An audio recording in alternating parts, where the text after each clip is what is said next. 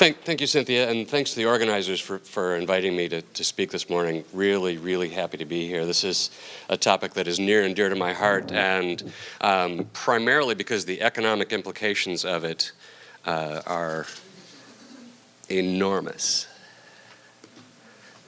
There we go. Yep, I got it. Yep, great.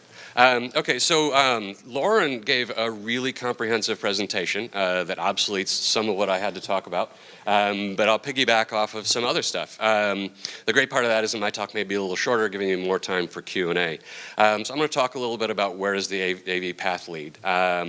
Lauren talked about nightmare versus utopia. I'm very much, I think the economics push very much towards utopia, but government policy, as Lauren mentioned, is going to be really, really important to making sure that we go that way.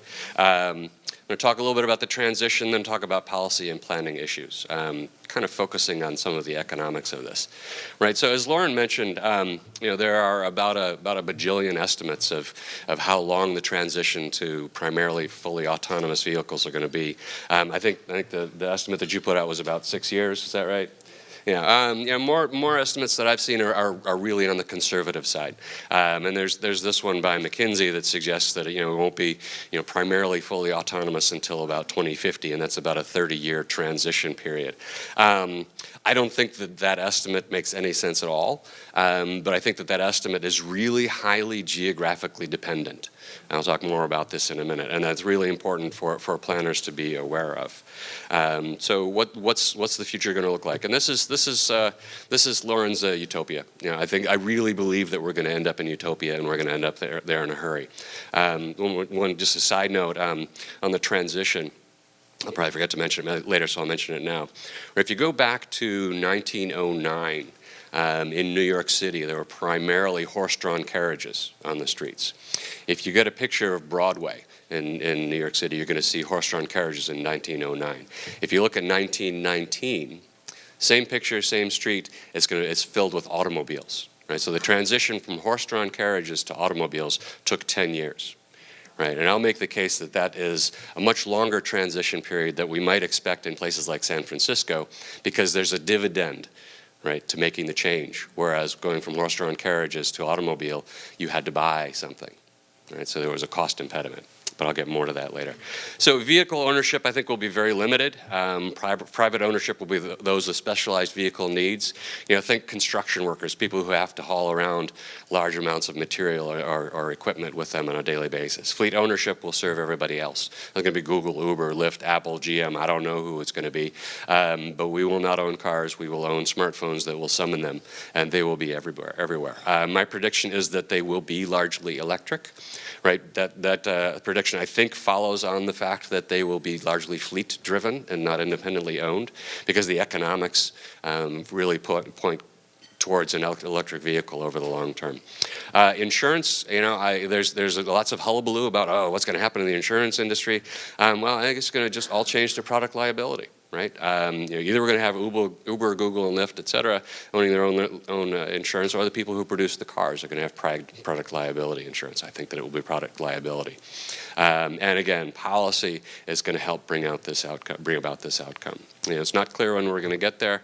I think 2030 probably for widespread adoption in the Bay Area. What's it going to look like? It's going to look like this.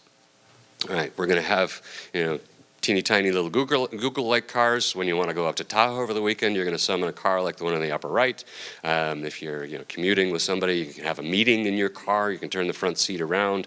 You can stick your hands up through the sunroof if you want to. Right? So it's going to be a much better driving world.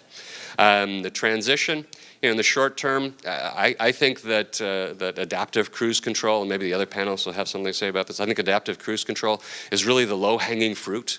And I would like to see policy push that much faster. Because you think about the implications for the highways. If we can get many, many more cars out on the highway with adaptive cruise control, then in a very short period of time, we can speed the flow of traffic. Medium term, we're going to have lots more of these, more bells and whistles that are leading towards towards autonomous, making it into cars that people buy at the same time that the private fleets are going to be coming online. So there's going to be a lot of overlap there as people realize that, wow, this car that I bought, that's really expensive. Over the long term, again, personal vehicle ownership largely going to be a thing of the past. So the economics of transition. It's going to be really, really difficult. For individuals in their car decisions, that's not going to be so hard. But it's really going to fundamentally change the economy. There are lots of estimates about job displacement, estimates from 5 million people, which I think limits the analysis to those who currently drive trucks, buses, cars, what have you. And all of those jobs will go away. If you expand that to think about all of the services that help service the private vehicle, gas stations, vehicle repair, and body shops, right? Those are all going to go away too. Why are they going to go away? Because Google, Uber, Lyft, they're going to have their own service, their own repair shop, their own body shop. Body shops, even if they're independently owned, there are going to be far fewer of them because we're not going to have accidents. Right, all those accidents will go away. Police and fire, they don't have to respond to accidents. They don't have to monitor speed on the highways.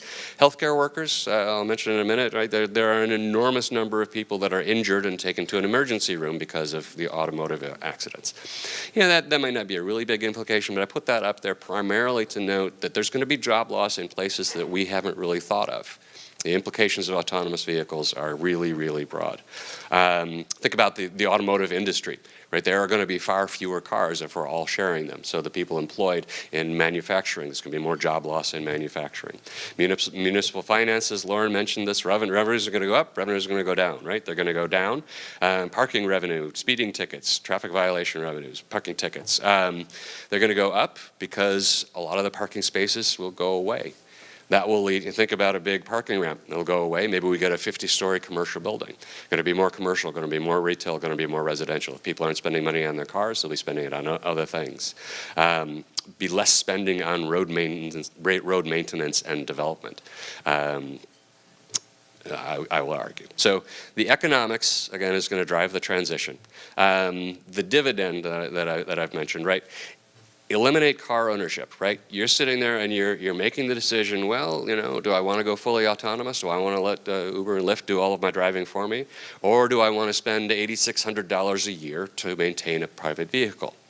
Well, that $8,600 a year is going to buy you an awful lot of rides on Uber and Lyft, partly because the cost per mile. And the cost of Uber and Lyft is going to go dramatically. Cost per mile is estimated to go down from 59 cents down to about 19 cents, right? So the cost of transportation is going to go down dramatically.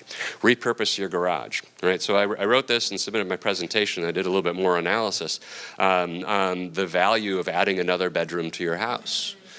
Right, San Mateo County is the county where the value of adding another bedroom to your house is the most significant. And this just shocked me. But looking at a boatload of data from Zillow, adding another bedroom adds about $200,000 to the value of your house.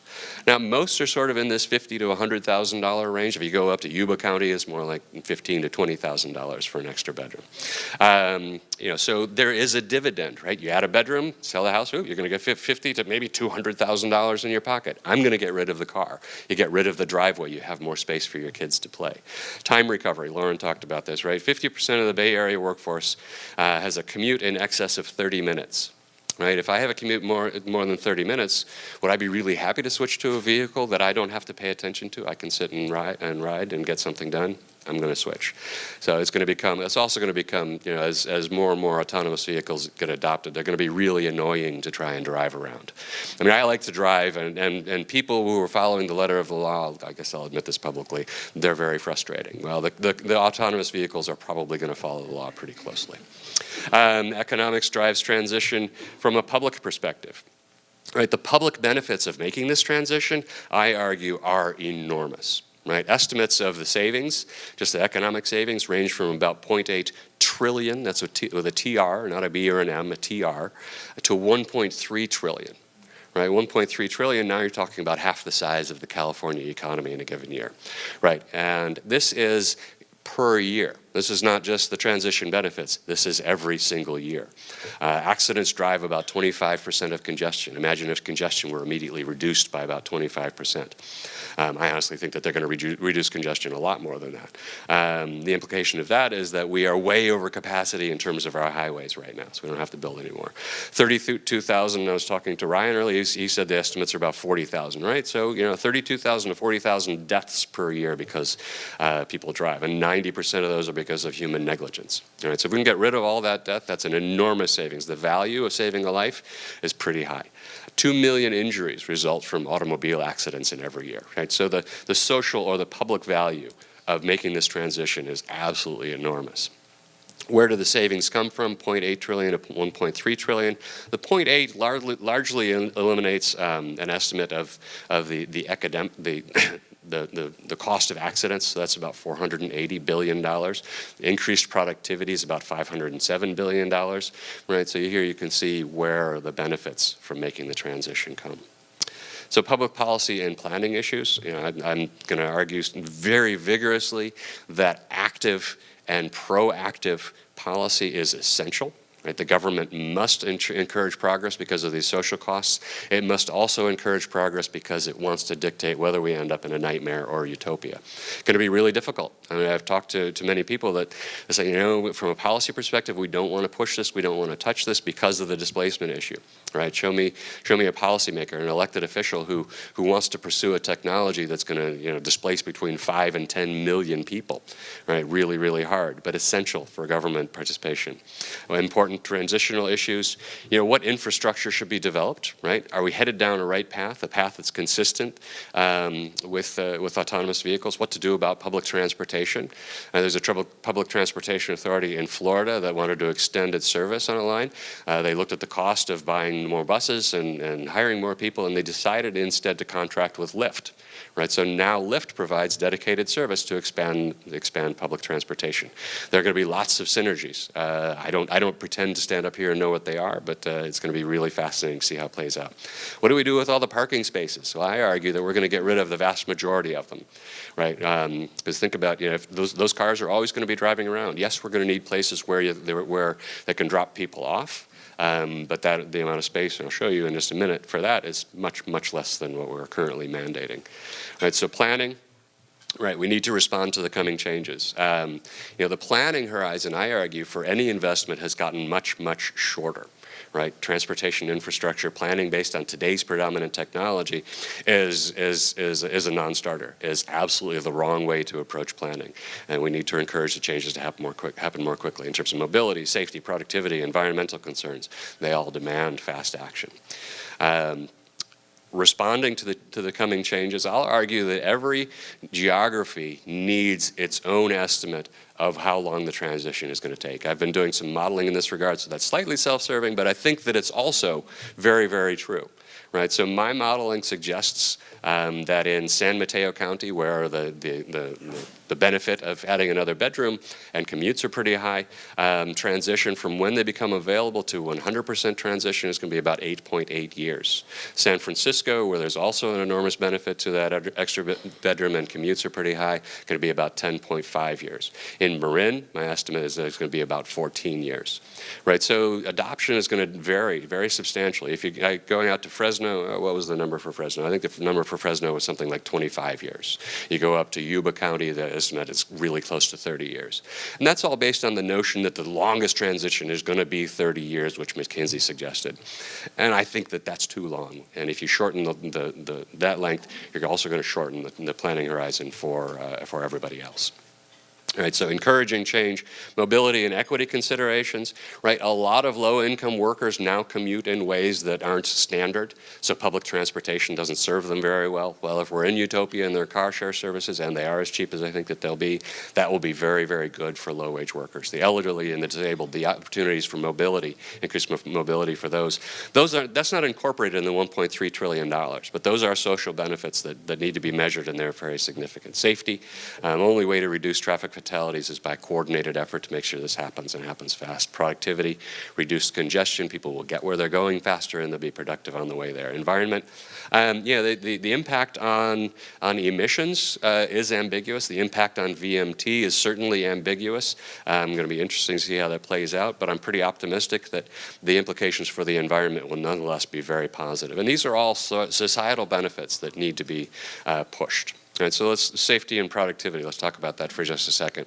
Right, so what's going to happen with autonomous vehicles, safety and productivity? Well, what it's going to do is it's going to turn somebody's day from looking like this to looking like that. Right, and that's just a much better world. From an environmental perspective, right, think about now, how many of you go into San Francisco on a Friday or Saturday night for dinner, right? How long do you spend looking around for a parking space? I've spent a lot of time looking for a parking space. That's bad for the environment, it's bad for traffic. Getting in and out of parking spaces is bad for congestion, right? So much of that is going to go away.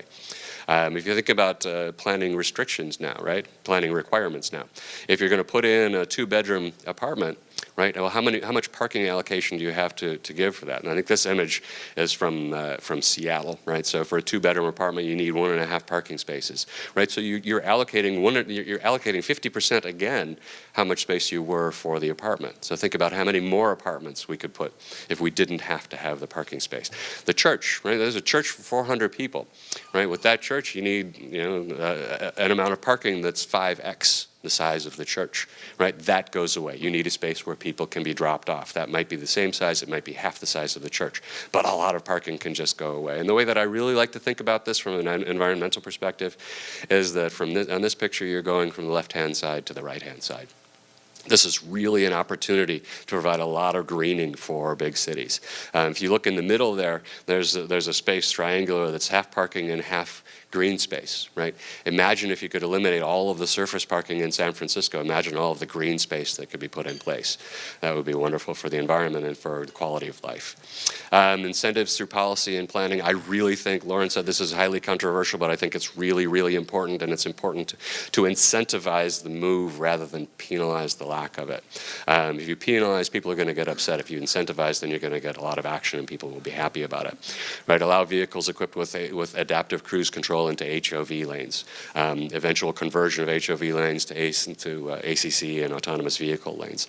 Allow ACC-equipped vehicles to simply go faster in the existing HOV lanes. Why? Well, that might require some change. I mean, if you're down in LA, there's limited opportunities to get into and out of the HOV lanes. Well, if we put that here, limited opportunities, then between those opportunities, an autonomous vehicle can go much faster if there aren't other vehicles in there. So these are things that will push in that direction. Subsidize ACC upgrades, right? Tremendous subsidization of electric vehicles. I think the same argument can be made for autonomous vehicles. ACC upgrades in particular are the low-hanging fruit. I think there are much better arguments to be made in this regard than for electric vehicles. Sort of in summary, the transition is coming, and I think it's coming very quickly. Most reports of how long the transition is going to take, I think, are extremely conservative, especially when you're thinking about places around like the Bay Area, Los Angeles, Chicago, New York. Very important to start incorporating autonomous vehicles into planning now.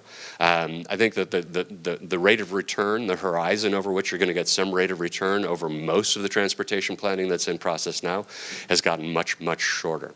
Right, so it's going to be much harder to think about, in particular, adding more highway lane miles. This is my plea to all of the planning officials. Please add no more highway lane miles, because as soon as we have autonomous vehicles, we are way over capacity with highway lane miles that we have now. All right, so here is my contact information. My presentation will be up on my website later this afternoon, as well as Tam's. Please get in touch if you have any questions. I'll be more than happy to talk to you about it. Thank you very much.